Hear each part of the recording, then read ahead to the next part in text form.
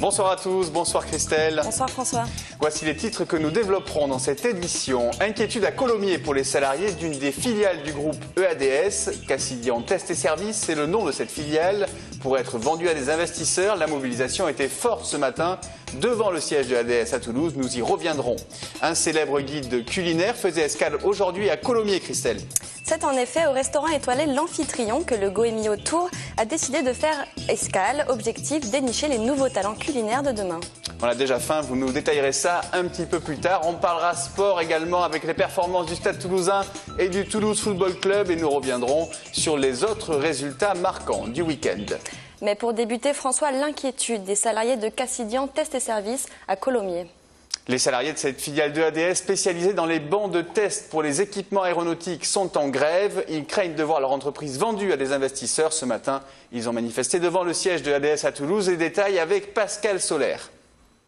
C'est l'annonce faite mercredi dernier par le directeur de la stratégie du groupe EADS, Marwan Laoud, qui a mis le feu aux poudres à Cassidian Test et Services, filiale du groupe. Selon l'intersyndicale, Marwan Laoud aurait précisé devant une commission de l'Assemblée nationale avoir identifié plusieurs investisseurs financiers et industriels intéressés par la cession de la société sans en avoir informé les partenaires sociaux pour lesquels cette cession ne se justifie pas. Rien n'explique pourquoi EADS veut céder Cassidian Test et Services. Depuis le début de l'année 2012, le groupe EADS a mis en place le service aux compagnies aériennes.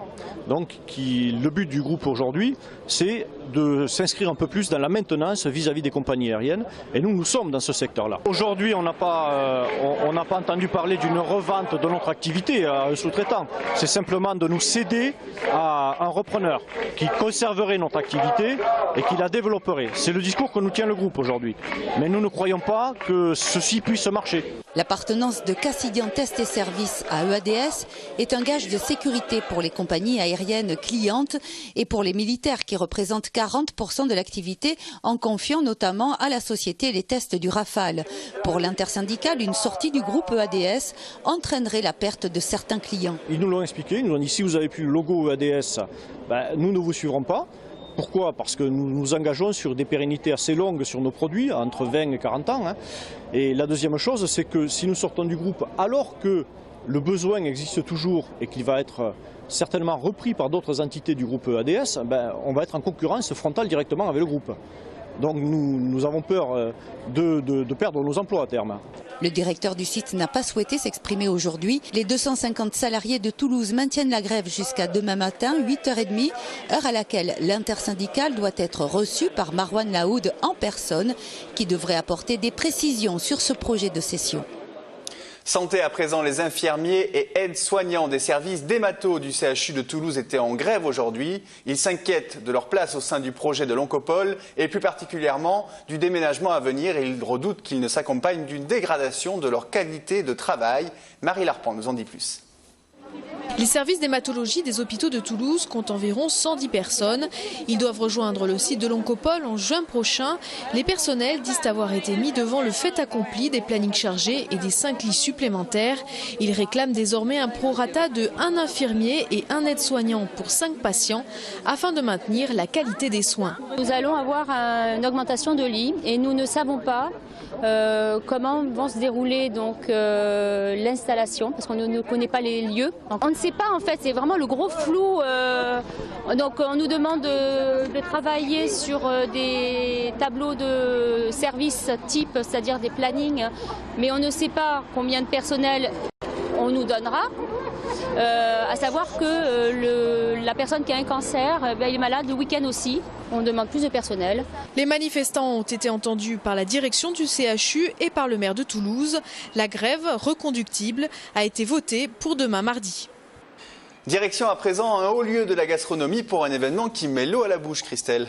Direction en effet l'Amphitryon, le restaurant du chef étoilé Michel Delpech. C'est ici que le Goemio faisait étape dans son tour de France pour dénicher les clients talentueux de demain. Allez, on regarde votre sujet en entrée, on vous retrouve juste après. Le Goemio, ce guide gastronomique parmi les plus influents de France, est un promoteur de goût qui donne sa chance aux jeunes talents et récompense les grands chefs. Aujourd'hui à l'Amphitryon, il décernait des trophées d'excellence aux plus méritants des chefs cuisiniers et offrait au public d'authentiques démonstrations culinaires. Une cuisine qui reflète l'esprit de son chef et s'inspire des produits du terroir. Je crois que j'ai une cuisine qui se base sur un terroir, qui s'appuie sur des produits et qui essaie de valoriser simplement par un travail de mise en œuvre technique rapide, des produits simples pour sublimer leur saveur naturelle. La cuisine que j'essaye de faire, c'est une cuisine qui suit au plus près, on va dire, les saisons, les produits locaux. Et donc, j'accorde une grande importance, on va dire, à ces produits nature, simples et très forts en goût, quoi. Ma cuisine, c'est une cuisine que je qualifierais, pour reprendre d'ailleurs les mots du Goemio, brute et conviviale. C'est-à-dire je travaille avec des primeurs, des producteurs, des bouchers vraiment sélectionnés, qui sont des gens extraordinaires, des gens que je côtoie tous les matins au moment du marché. En ayant ces produits aussi exceptionnels de la région, je cherche juste à les sublimer, à les mettre en avant d'une manière simple et autour du légume d'amener un petit peu de nouveauté, de fraîcheur. Le but, c'est pas les étoiles, c'était une cuisine brute, conviviale et une personnalité que j'essaye de mettre en avant dans l'assiette. Aujourd'hui, la tendance est à la cuisine authentique avec des produits régionaux frais. La cuisine du terroir est celle qui prime. L'évolution, elle est sensible. Ce sont des produits frais, des produits de la région, des produits du marché qui sont travaillés de manière à magnifier le produit. Ça, c'est très clair. Donc on est loin effectivement des produits sophistiqués. Aujourd'hui, on est capable d'avoir une cuisine parfaite avec des ingrédients extrêmement simples. Ce qui prime, c'est la qualité de la transformation, c'est le talent du cuisinier pour magnifier le produit. La découverte de nouvelles saveurs est au cœur de ce rendez-vous culinaire. Les étoiles ne sont pas toujours nécessaires pour faire d'un établissement un bon restaurant. Voilà donc pour cette découverte des cuisiniers talentueux de demain. On a envie d'en savoir un peu plus, Christelle, avec vous, et à commencer par concrètement, comment est-ce que ça se passe pour entrer dans le Goemio ? Alors concrètement, il y a une vingtaine d'enquêteurs qui sillonnent les routes de France toute l'année. D'autre part, il y a les chroniqueurs, ce sont des particuliers. Ça peut aller du médecin au retraité en passant par l'avocat. Ce sont des gens qui savent se mettre à la place du client et qui détectent les restaurants de manière anonyme. Ensuite, il y a une centaine d'amis de Goemio, ce sont des gastronomes qui envoient leurs suggestions. Et enfin, il y a les lecteurs qui écrivent, mais ce ne sont pas ceux qui savent dénicher le plus de bonnes adresses. Bon, c'est plutôt alléchant comme perspective. Est-ce que tout le monde peut envisager de devenir guide pour apporter ses points de vue et ses talents gustatifs au Goemio ? Alors ce qu'il faut savoir, c'est que les enquêteurs sont eux-mêmes testés. Ce sont des gens qui ont un palais, c'est la première des conditions. Il faut savoir également que la langue est capable de déceler 5 saveurs et le nez 2000. Il faut donc être un expert, avoir cette culture et savoir donner envie également par l'écriture. Côté cuisinier, on se doute que pour rentrer dans ce guide, il ne suffit pas de juste avoir une belle assiette, non ? Oui, en effet, le critère principal de Goemio, c'est le fait maison, mais il y a aussi l'accueil, le contact avec les clients et le parcours du chef, par exemple, qui sont pris en compte. Bon, côté tendance, on sait qu'il y a des périodes, des modes en cuisine. Alors où est-ce qu'on en est ? Comment ça a évolué sur ces 10 dernières années ? Alors en effet, il y a un effet de mode en cuisine qui se déroule de façon plutôt cyclique. Il y a eu un moment la mode de la cuisine diététique, la cuisine minceur, qui était très épurée. Et puis il y a eu une transition par la cuisine dite moléculaire qui retournait aux bases primaires du travail. Et aujourd'hui, on retourne à une cuisine plus gourmande avec des plats mijotés, des plats revisités. Une cuisine qui n'est pas forcément élitiste et qui privilégie, comme on l'a vu dans le reportage, les produits du terroir. Et on peut dire que dans la région Midi-Pyrénées, les chefs sont plutôt bien lotis. Bravo Christelle, nous voilà alléchés. Sport à présent. Ah, voilà, oui, on va passer au sport. Et on revient sur les succès à l'extérieur ce week-end du Stade Toulousain. C'était en Coupe d'Europe et du Toulouse Football Club en championnat. Samuel Prieur nous résume tout ça. La H-Cup et l'exploit pour le Stade Toulousain à Wembley, un stade mythique pour un match référence côté rouge et noir. Les joueurs de Guinoves ont battu les Saracens 17-16 à l'issue d'un match à l'engagement physique féroce. Face à des Anglais jusqu'alors invaincus, les Toulousains ont obtenu leur première victoire à l'extérieur de la saison. Tolofua et Picamol ont marqué 2 essais en force. Gillian Galland a lui marqué les esprits. Le stade s'est rassuré dans le jeu à l'occasion de cette 2e journée de H-Cup. Moins rassurant, la blessure de McAllister. Rupture du tendon du biceps gauche, indisponibilité estimée entre 3 et 4 mois. Un joueur majeur en moins, mais une victoire majuscule pour tout un groupe. Le Stade domine sa poule avec 9 points avant une double confrontation contre le Connacht. Autre résultat positif, c'est le Toulouse Football Club qui confirme sa bonne forme contre Reims. Une victoire 2-1 grâce notamment à la réalisation de Trero, sa première avec le TFC. Les recrues sont particulièrement décisives puisque Chantôme a provoqué un pénalty en toute fin de match. Pénalty tiré une première fois par l'attaquant Martin Braithwaite, puis une deuxième car l'arbitre estimait que le joueur rémois sanctionné d'un carton rouge n'était pas sorti de la pelouse au moment du pénalty. Pas de conséquences grâce au sang-froid du Danois. Les joueurs d'Alain Casanova sont désormais 8e de la Ligue 1 avec 15 points avant d'affronter Rennes au Stadium samedi soir. Et pour être complet, un coup d'œil sur la rencontre de Colomiers, c'est en Pro D2 et c'était hier soir au stade Michel Bendichou sous le regard de Jean-Baptiste Elissal présent pour l'occasion. Colomiers qui recevait le Lyon Olympique Rugby, le Loup donc, et Colomiers qui est passé tout près de l'exploit en ne s'inclinant que d'un petit point, 23-24. La Forgle, demi d'ouverture, a même eu la pénalité de la gagne à la 78e. On va le voir juste après ça, la voici. Il avait la puissance mais ça passe de peu à côté. Colomiers pointe à la 6e place. Et 3 résultats pour terminer cette page sport, Christelle. En volley, les Spacers se sont inclinés à domicile face à Montpellier, 2-7-3. Enfin, en football, en national, la défaite de Colomiers face à Bourg-Péronas, 2-1. Les Columérins sont 9e. Luzenac, de son côté, s'est imposé 2-0 face à Vannes. Les Ariégeois sont de surprenants 3e. Merci Christelle. Culture à présent et cinéma plus exactement. Quai d'Orsay, c'est le nom du nouveau film de Bertrand Tavernier. Une œuvre adaptée d'une BD du même nom qui s'inspirait alors de Dominique de Villepin quand il était ministre des Affaires étrangères, donc au Quai d'Orsay. Jean-Marc Lucas et Greg Lamazer ont rencontré le réalisateur. Ils ont également évoqué avec lui la problématique des financements des films en région. On regarde. Besoin d'une équipe, Arthur. Un commando. Des gens réactifs, toujours en mouvement, 24 heures sur 24. Je vous confie ce qu'il y a de plus important. Le langage. Je voulais avoir que le film ait l'énergie des personnages. Moi, je calque beaucoup le rythme des films sur les personnages. Monsieur le ministre des Affaires étrangères danois vous attend. Oh putain, c'est pas vrai, le danois! Quelle connerie ce métier! En plus, à chaque fois, il déboule en vélo. Il n'y a rien à lui dire, moi. J'aime qu'on aille vite. Je trouve que on prend conscience qu'il y a aussi un public impatient, mais c'est même pas par rapport au public. J'ai des personnages qui sont toujours en état d'urgence. Ouais. J'aime filmer les gens en état d'urgence. Les gens là, le ministre, quand il demande quelque chose, en principe, même si c'est extraordinairement difficile, il le veut pour dans une demi-heure. Ouais. On doit lui amener un bouquin, on doit lui amener... Ou un stabilo, phosphorescent. Mais on doit lui amener des idées pour résoudre une crise internationale, mais pratiquement...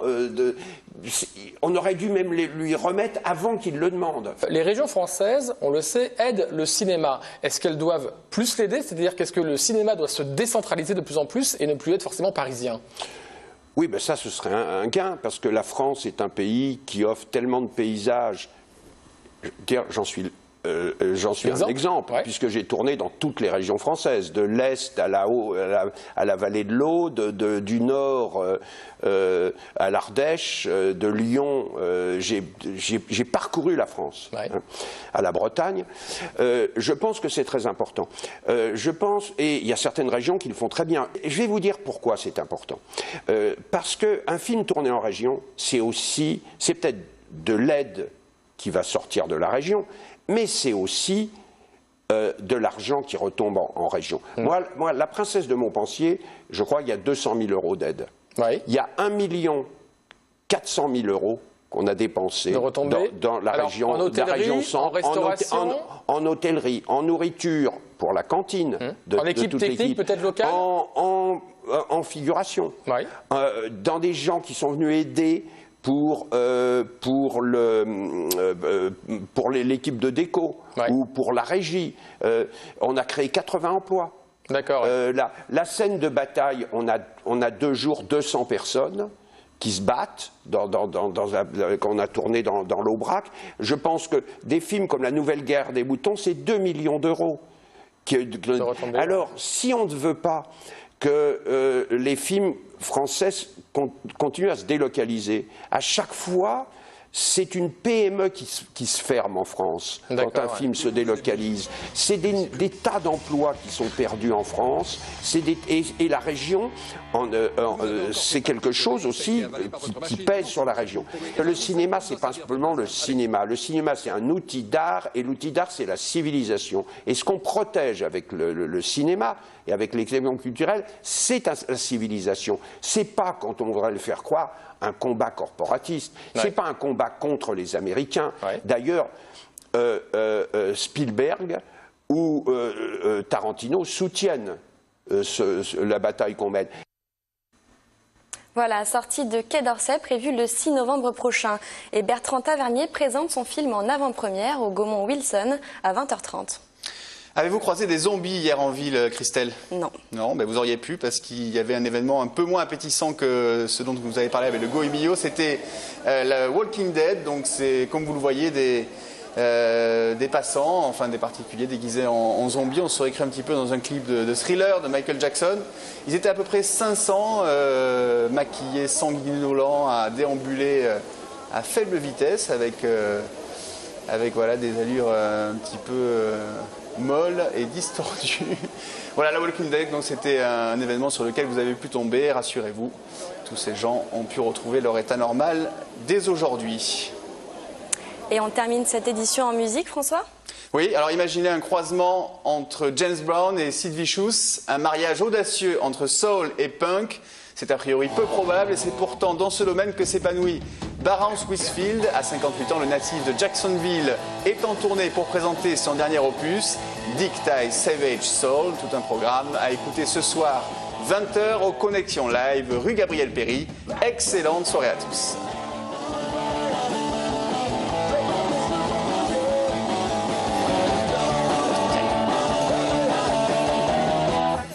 You know you blister me, baby.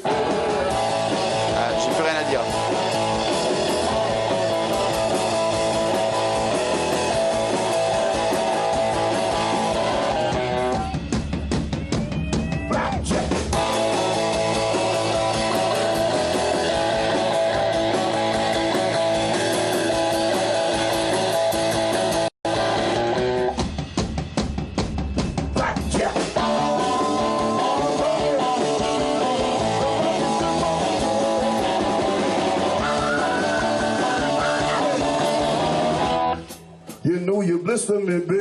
Voilà pour Barance Whisfield. Demain, vous retrouverez Jean-Marc Lucas, a priori un petit peu plus calme. Excellente soirée à tous.